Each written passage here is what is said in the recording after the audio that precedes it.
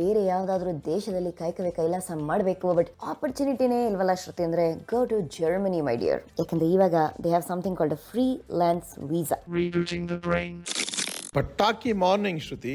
ನಿನ್ನೆ ನಾನು ಒಂದು ವಿಡಿಯೋ ನೋಡ್ತಾ ಇದ್ದೆ, ಜಾಪನೀಸ್ ಸ್ಕೂಲಲ್ಲಿ ಮಕ್ಕಳಿಗೆ ಟ್ರೈನಿಂಗ್ ಬಗ್ಗೆ. ಚಿಕ್ಕ ಮಕ್ಕಳು, ಟೀಚರು ಚೇರ್ಸ್ ಎಲ್ಲ ಎರಡ್ ಲೈನ್ ಅಲ್ಲಿ ಹಾಕ್ಬಿಟ್ಟು ಬಸ್ ತರ ಚಿಲ್ಡ್ರನ್ ಕೂರ್ಸಿದ್ದಾರೆ. ಫುಲ್ ಎಲ್ಲ ಸೀಟು ಆಕ್ಯುಪೈ ಆಗಿರೋದು. ಒಂದು ಮಗು ವಾಕಿಂಗ್ ಸ್ಟಿಕ್ ನಲ್ಲಿ ಕೋಲ್ ಇಟ್ಕೊಂಡು ಅಜ್ಜ ತರ ಒಂದು ಮೀಸೆ ಗೀಸೆ ಹಾಕೊಂಡು ಒಳಗ್ ಬಂದ ತಕ್ಷಣ ಒಂದು ಮಗು ಎದೋಡ್ಬಿಟ್ಟು ಅಜ್ಜನ್ಗೆ ಸೀಟ್ ಕೊಡುತ್ತೆ. ಸ್ಟ್ಯಾಂಡಿಂಗ್ ಪೊಸಿಷನ್ ಅಲ್ಲಿ ಹೋಗುತ್ತೆ. ಅಂದ್ರೆ ಏನು, ಕ್ಲಾಸ್ ಅಲ್ಲಿ ಹಾಕ್ತಾ ಇರೋದು, ನಿಜವಾಗ್ಲೂ ಬಸ್ ಅಲ್ಲಿ ಆಗ್ತಾ ಇಲ್ಲ. ಅಂದ್ರೆ ಅವರು ಇಂಥ ಸೋಷಿಯಲ್ ಸ್ಕಿಲ್ಸ್ ನ ಅಷ್ಟು ಚಿಕ್ಕ ವಯಸ್ಸಿಂದ ಹೇಳ್ಕೊಡ್ತಾರೆ. ನಮ್ದು ಆಪೋಸಿಟ್ ಏನಿಲ್ಲಿ, ಇಲ್ಲಿ ನಮ್ಮ ಸ್ಕೂಲ್ ಮುಂದೆ ಬಂದ್ರೆ ಯಾವ ಸ್ಕೂಲ್ ಆದ್ರೂ ಆಗ್ಲಿ ಎಂತ ಹಂಗಾಮ, ಎಜುಕೇಟೆಡ್ ಪೇರೆಂಟ್ಸ್, ಕಾನ್ವೆಂಟ್ ಆಗ್ಲಿ ಬೆಂಗಳೂರಲ್ಲಾಗ್ಲಿ ಎಲ್ಲಾದ್ರಾಗ್ಲಿ ಹಂಗಾಮ.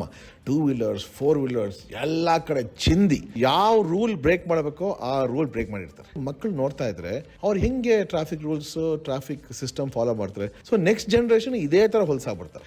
ಈ ಪ್ರಾಬ್ಲಮ್ ಹೆಂಗೆ ಸಾಲ್ವ್ ಮಾಡೋದು? ಫ್ಯೂಚರ್ ಜನರೇಷನ್ ಅಲ್ಲಿ ಅಟ್ಲೀಸ್ಟ್ ಟ್ರಾಫಿಕ್ ರೂಲ್ಸ್ ಫಾಲೋ ಮಾಡಿ ನಾವು ಆಕ್ಸಿಡೆಂಟ್ಸ್ ಕಮ್ಮಿ ಮಾಡಬಹುದಾ?